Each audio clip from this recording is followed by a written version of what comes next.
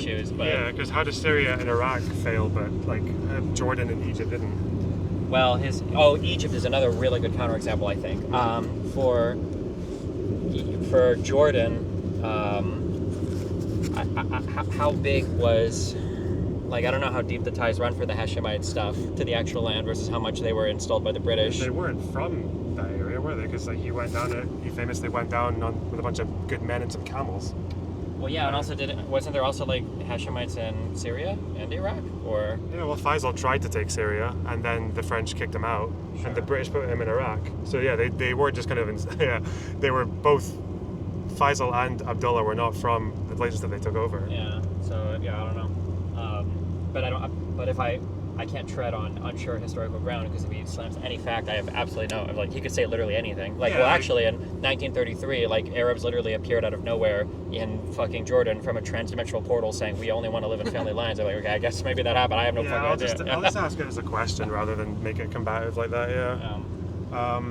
I'm also uncomfortable saying, like, do we really say, like, Iraq failed for that reason? Iraq seems to be functioning as, like, in terms of, like, a state, and it has state problems. I've never looked at Iraq and thought that, like, man, this place is definitely failing along, like, tribal family lines. It seems like it fails more on, like, sectarian lines, like, whether it's the Sunni Shia stuff, whether it's, like, the Saddam's Ba'ath Party stuff, whether it's, like, the regional conflicts. Like, it doesn't feel like a familial tribal thing to me. Same with Lebanon, right? Like, it's completely sectarian issues that made that country collapse, and like the border that wasn't really the borders that just kind of brought in a very strangely equal number of Sunnis, Shias, and Christians, which wasn't really intentional. Yeah, and then and honestly, like, the biggest thing is, like, caliphites have ruled across that region for what, 1,500 years? Yeah. Like, but I don't know the history about, like, did the Ottoman Empire have huge issues? Did the caliphites prior to that have huge issues with the familial stuff, with the tribal stuff? Didn't really. They were quite stable as far as, well, in different periods. So I don't know. They struggled in Syria and Yemen for sure,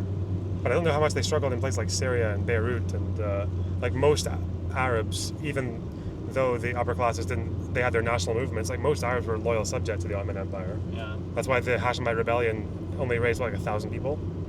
I think that the really cutting question that he would have to contend with is, like, you must recognize that it is very convenient that the solution that you're positing allows you to have the best of every world. That you get to claim you've done a one-state solution, you get full autonomy and protection for the Jewish people, and now you've separated the Palestinians and divided them up such that they can never, ever, ever have, like, a cohesive representation against your, governing body of Jewish people. Yeah, that's why I want to ask.